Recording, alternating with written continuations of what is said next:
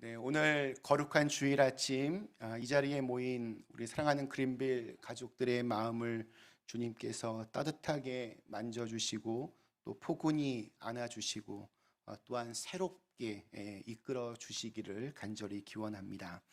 우리 창세기부터 요한계시록까지 말씀 대장정, 오늘은 요엘서 말씀입니다. 요엘 선지자는 남유다의 요아스 왕 때 활동했던 선지자입니다. 이 요아스 왕 때가 참 요 시대적 배경이 중요합니다. 요아스 왕은 7살이라고 하는 아주 어린 나이에 왕이 되었습니다. 7살짜리가 왕이 되었다. 이게 무엇을 의미하겠습니까?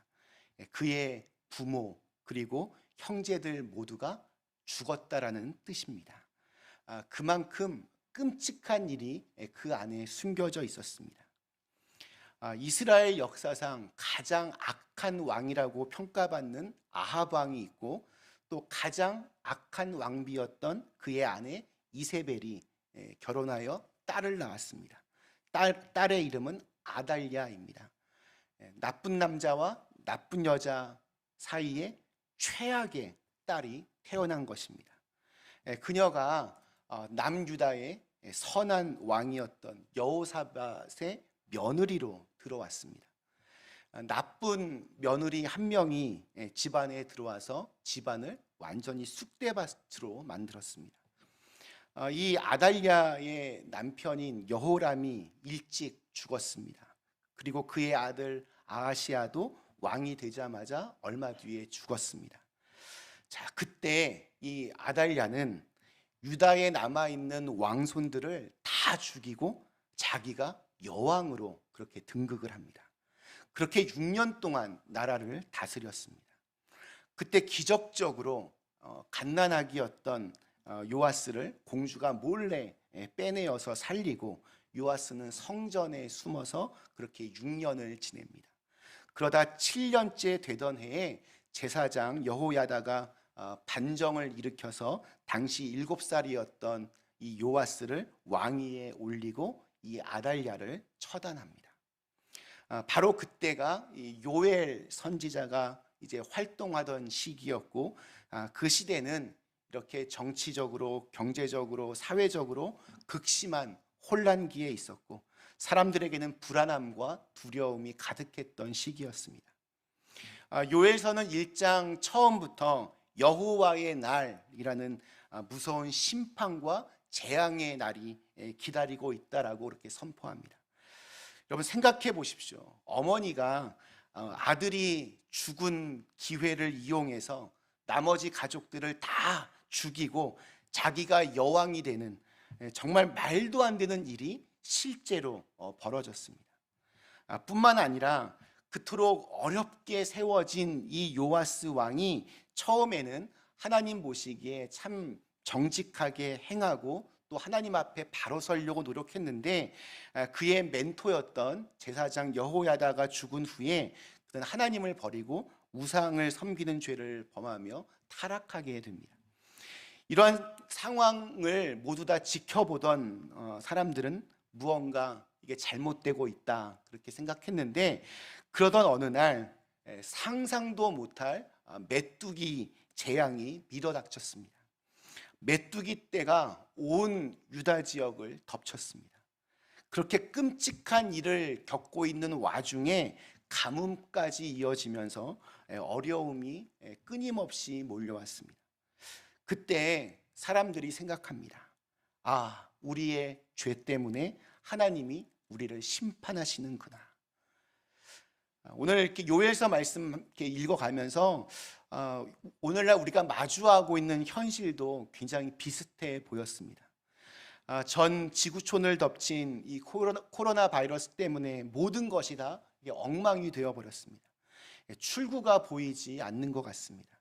물론 코로나 바이러스 이것이 하나님의 심판이다 이렇게 너무 단순하게 말하는 것은 좀 조심해야 되겠지만, 그러나 이 코로나 바이러스가 생기고 창궐한 것이 우리 인간의 욕심 때문이고 인간의 탐욕 때문이었다는 것은 분명하게 드러났습니다.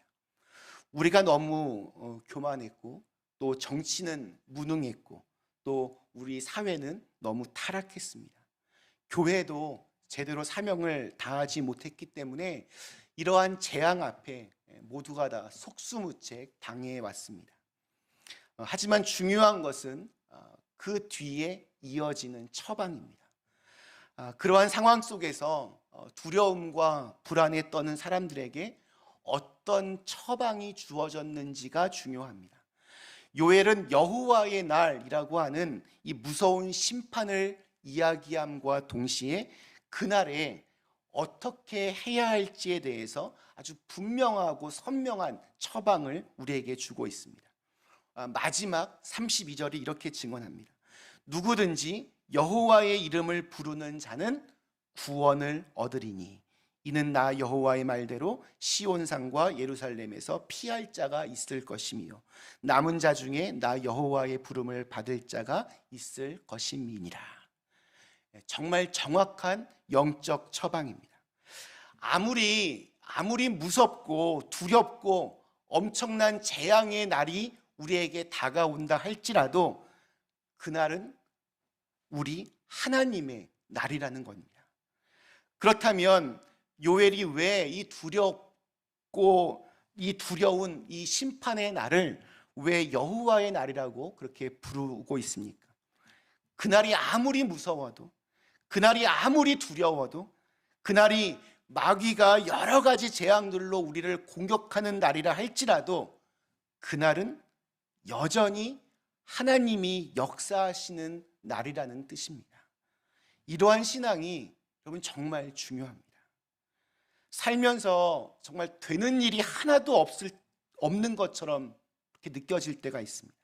너무 힘들고 끔찍하고 상상하지 못할 일들을 겪게 될 수도 있습니다. 그렇다 할지라도 의심하지 마십시오.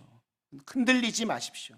하나님이 결코 이 모든 상황을 그냥 손 놓고 아무것도 안 하시는 것이 아닙니다.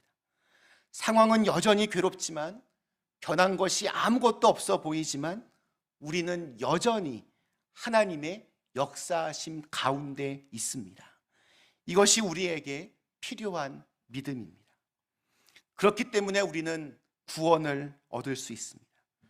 메뚜기 떼가 군대처럼 밀고 들어와 모든 것을 다 먹어버리는 무서운 일이 벌어진다고 해도 그날은 주님의 날이기 때문에 우리가 하나님을 믿는 그 신앙 가운데에 있고 또 우리가 하나님 앞에 나아가서 하나님의 이름을 부르기만 하면 어떠한 경우에도 구원을 얻을 수 있다. 이것이 바로 요엘 선지자가 말하고 있는 핵심입니다. 하나님은 당신의 이름을 부르는 당신의 자녀들을 그 두려움 가운데에서 보호하고 또 피하도록 인도해 주십니다. 이 고난과 어려움을 다 이긴 후에는 하나님의 아름다운 역사를 위해 부름받는 축복의 역사가 일어날 것이라고 요엘은 말하고 있습니다. 자, 그런데 여러분 한번 오늘 말씀을 잘 한번 생각해 보십시오. 주님의 이름을 부르는 자는 구원을 얻을 것이다. 이 말씀은 무엇을 전제로 하고 있습니까? 구원을 얻을 것이다 라고 할 때 그 앞에는 엄청난 재앙과 어려움이 있다는 것을 전제로 합니다. 견디기 힘든 상황이 있을 때 거기서 구원해 주시는 겁니다. 그래서 주님의 날, 구원의 날이 임하기 전에는 때로는 먼저 재앙과 어려움이 밀어닥칩니다. 그 상황이 30절과 31절에 등장합니다. 내가 이적을 하늘과 땅에 베풀리니 곧 피와 불과 연기 기둥이라. 여호와의 크고 두려운 날이 이르기 전에 해가 어두워지고 달이 핏빛같이 변하려니와. 이럴 때 무엇을 해야 합니까? 하나님의 이름을 불러야 합니다. 하나님을 믿고 의지하고 신뢰해야 합니다. 하나님을 향한 우리의 기도를 멈추지 않는다면 하나님은 우리가 직면한 모든 어려운 상황 가운데서 우리를 지키시며 우리를 구원해 주실 것입니다. 바로 이것이 우리의 믿음입니다. 여러 가지 불안과 두려움이 밀려올지라도 한 가지만 기억하십시오. 32절에 나오는 요엘의 간절한 외침을 기억하십시오. 누구든지 여호와의 이름을 부르는 자는 구원을 얻으리라. 어떠한 상황이든지 누구든지 주의 이름을 부르는 자는 구원을 얻을 것입니다. 하지만 이게 말처럼 쉬운 것이 아닙니다. 어려운 일을 만났다고 해서 모두가 다 이러한 믿음의 자리에 서는 것이 아니기 때문입니다. 그렇다면 불안과 두려움이 우리를 짓누르는 순간 그때를 놓치지 않고 주님의 이름을 부르기 위해서 우리에게 필요한 것이 무엇입니까? 그것을 28절과 29절에서 이렇게 말합니다. 그 후에 내가 내 영을 만민에게 부어주리니 너희 자녀들이 장래일을 말할 것이며 너희 늙은이는 꿈을 꾸며 너희 젊은이는 이상을 볼 것이며 그때 내가 또 내 영을 남종과 여종에게 부어줄 것이며. 소망 가운데 살아야 합니다. 하나님이 주시는 소망이 우리를 다시 주님의 이름을 부를 수 있게 만들어줍니다. 이 말씀에서의 핵심은 자녀들은 어떤 꿈을 꾸고 늙은이는 어떠한 생각을 하고 젊은 사람들은 어떠한 환상을 보는 것, 이것이 중요하지 않습니다. 그것은 결과로 나타난 현상입니다. 이 예언의 가장 중요한 핵심은 내가 내 영을 만민에게 부어주신다는 겁니다. 그때 내가 내 영을 남종에게 또 여종에게 부어줄 것이라는 겁니다. 어느 민족 출신이든지 왕족이든 귀족이든 자유인이든 종이든 상관없이 하나님은 당신의 영을 모든 사람들에게 부어주신다는 것이 핵심입니다. 사람들은 다 꿈을 꿉니다. 그런데 다 같은 꿈을 꾸는 게 아닙니다. 꿈은 크게 두 가지로 나뉠 수 있습니다. 하나님께로부터 온 꿈이 있고 세상으로부터 온 꿈이 있습니다. 이 두 가지를 구분하는 게 쉽지가 않습니다. 그런데 가만 놔두면 시간이 좀 지나가면 저절로 드러납니다. 세상으로부터 온 꿈은 내 욕심에서 나올 때가 대부분입니다. 시간이 흐르면서 이것이 나의 욕심이었는지 나의 꿈이었는지 아니면 하나님이 나에게 주신 꿈이었는지 나에게 주신 소망이었는지 나에게 주신 비전이었는지가 저절로 드러납니다. 세상으로부터 온 꿈은 모래성과 같습니다. 한여름밤의 꿈과 같습니다. 이것을 몽상, 개꿈 이렇게 부를 수도 있습니다. 이런 꿈은 이루어져도 허무하고 이루어지지 않아도 허무합니다. 그러나 하나님으로부터 온 꿈은 다릅니다. 하나님께로부터 온 그 이상은 신비롭습니다. 때로는 꺼질 듯하지만 마음 안에서 꺼지지를 않습니다. 끝날 것 같은데 끝나지를 않습니다.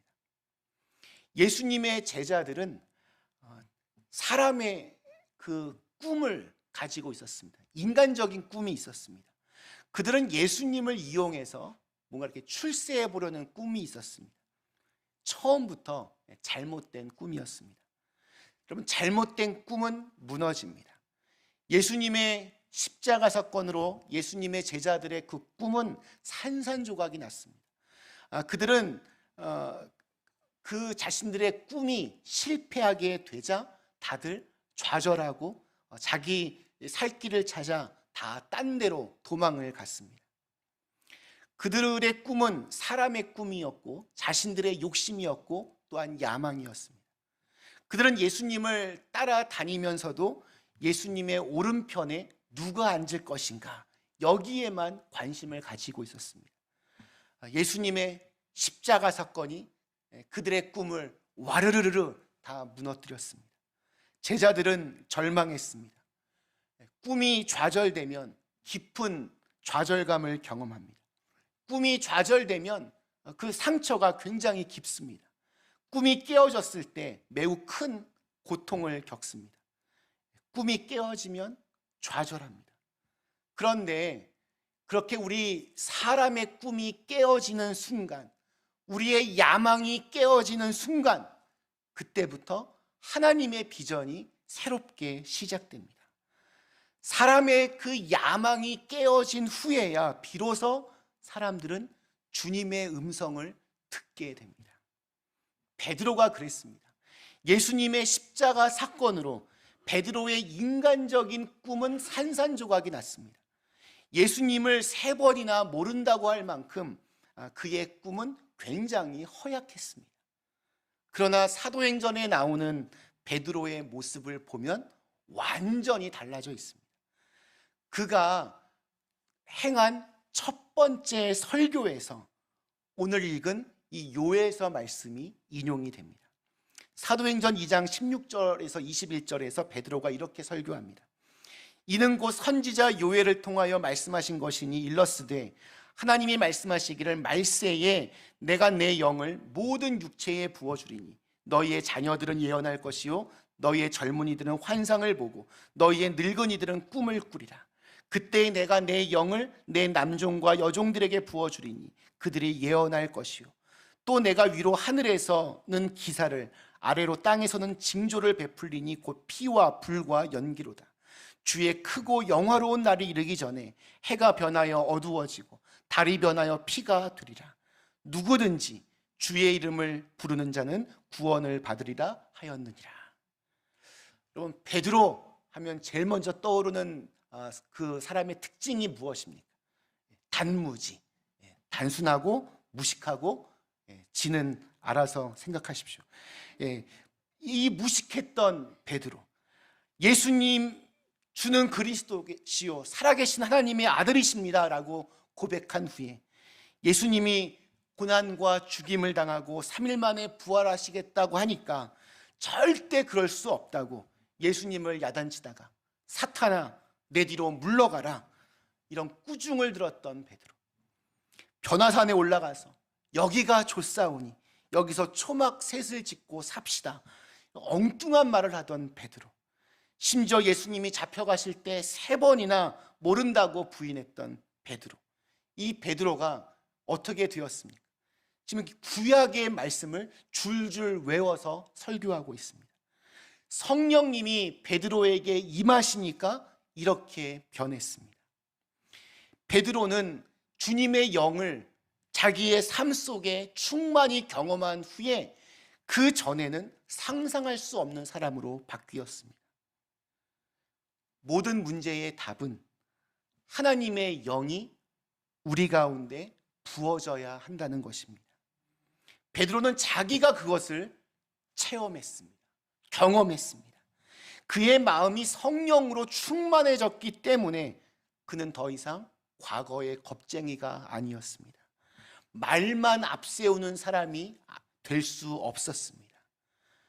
주님의 영이 우리 가운데 부어지는 역사가 일어나기를 축원합니다. 그래야 신앙에 큰 일이든 작은 일이든 맡기신 사명을 제대로 감당할 수 있습니다. 기도가 그렇습니다. 주님의 영이 부어지지 않고는 제대로 기도할 수 없습니다. 자신의 생각으로, 자신의 말로, 자기의 의지로 하는 것은 진정한 기도가 아닙니다. 그냥 보면 저 기도 열심히 하네 라고 보이지만 사실은 그냥 자기 이야기를 그냥 줄줄 하는 것에 불과합니다. 진짜 기도가 되기 위해서는 그 기도 안에 주님의 영이 부어져야 합니다. 성령 충만을 경험해야 합니다. 예배와 찬양도 마찬가지입니다. 주님의 영이 부어지지 않고는 제대로 된 찬양과 예배를 드릴 수 없습니다. 아무리 찬송가 힘차게 부르고 은혜로운 가사로 찬양을 하더라도 진정한 마음이 없이 부르면 그건 그냥 노래에 불과합니다. 마음의 치유도 그렇습니다. 주님의 영이 부어지지 않고는 정말로 치유될 수 없습니다. 사람들끼리 모여서 뭐 이렇게 상담하고 이러는 것 좋은 것이지만 온전한 치유가 이루어지지 않습니다. 마음은 조금 편할 수 있겠지만 근본적인 죄와 상함에서 벗어날 수 없습니다. 그러나 주님의 영이 부어지면 슬픔이 변하여 기쁨으로 바뀌는 역사가 일어납니다. 두려움이 변하여 찬송이 되는 역사가 일어납니다. 그렇게 주님의 영이 우리 가운데 부어지면 아무리 두렵고 무서운 날이 온다 할지라도, 아무리 힘든 상황 가운데 내가 있을지라도, 아무리 어려운 일들이 계속해서 나를 힘들게 할지라도 우리는 그 가운데에서 담대하게 주님의 이름을 부르며 약속하신 구원을 얻게 될 것입니다. 그리고 그것이 우리 삶의 언젠가 찬송과 간증이 될 것입니다. 주님의 영은 어떤 사람에게는 신비한 체험으로 임합니다. 주님의 영은 어떤 사람에게는 강물 같은 기쁨으로 임합니다. 주님의 영은 어떤 사람에게는 고요한 깨달음으로 임합니다. 주님의 영은 어떤 사람에게는 자기도 모르는 이끌림으로 임합니다.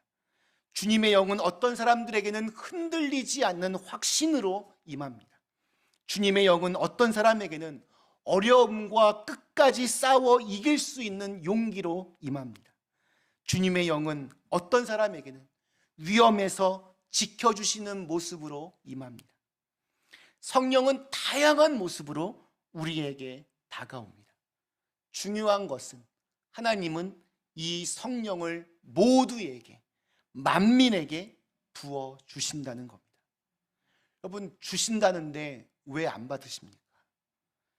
다른 것들은 공짜라고 하면 정말 사죽을 못 쓰는데 왜 주님의 영은 구하지 않으십니까?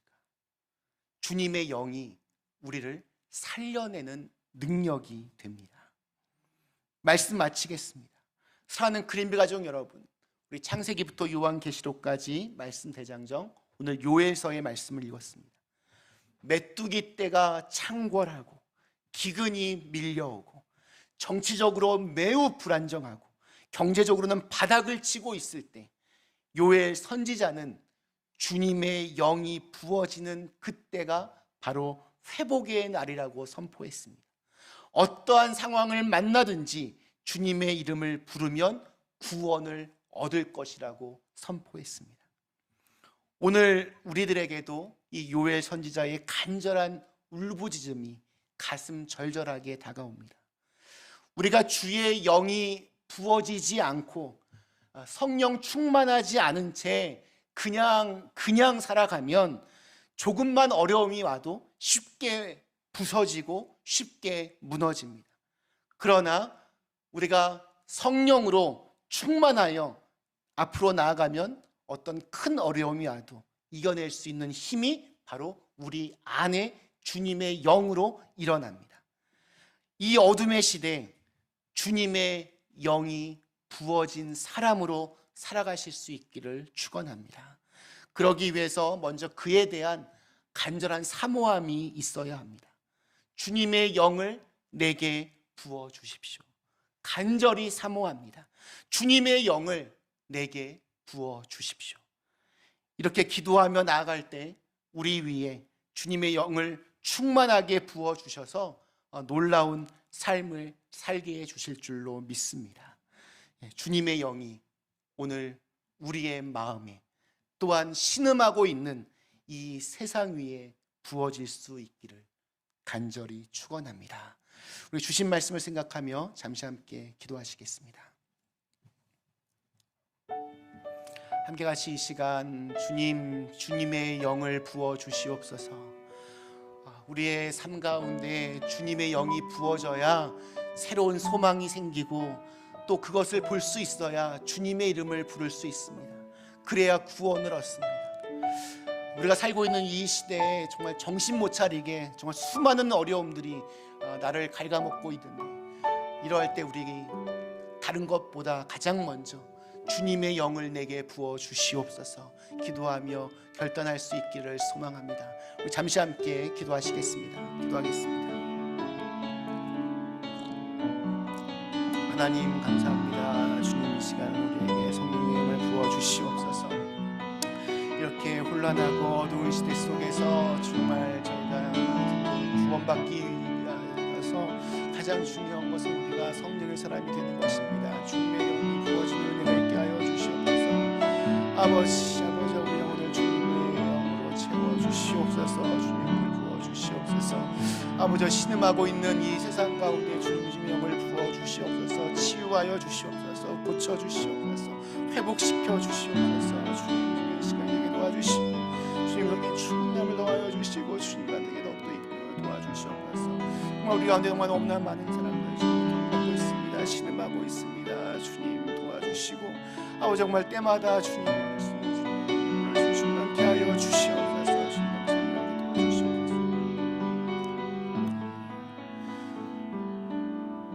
사랑의 하나님, 정말 주님의 영이 너무나 절실한 시대 속에 살아가고 있습니다. 모두가 메마르고 또 하루하루 버텨내는 그 힘이 점점 떨어지고 참 견딜 수 없는 많은 일들이 우리를 휘감을지라도 주님의 영이 우리를 굳세게 강하게 담대하게 이끌 수 있도록 주님의 영을 우리에게 부어 주시옵소서. 우리의 이 비어있는 우리의 영혼을 주님의 영으로 채워 주시옵소서. 상한 우리의 마음을 주님의 영으로 고쳐 주시옵소서. 온 세상이 신음하고 있습니다. 고통받고 있습니다. 주님의 영을 부어 주시옵소서. 고쳐 주시옵소서. 언제 어떤 상황에서도 주님의 이름을 부를 수 있는 그 힘이 남아있게 하여 주시옵소서. 주님의 이름을 부를 때마다 다시 새로운 구원의 문이 열리는 놀라운 기적을 경험하게 하여 주시옵소서. 그렇게 하루하루 우리를 이겨내게 하시고 또 주님의 영으로 우리를 이끌어 주시옵소서. 예수님의 이름으로 간절히 기도드리옵나이다. 아멘.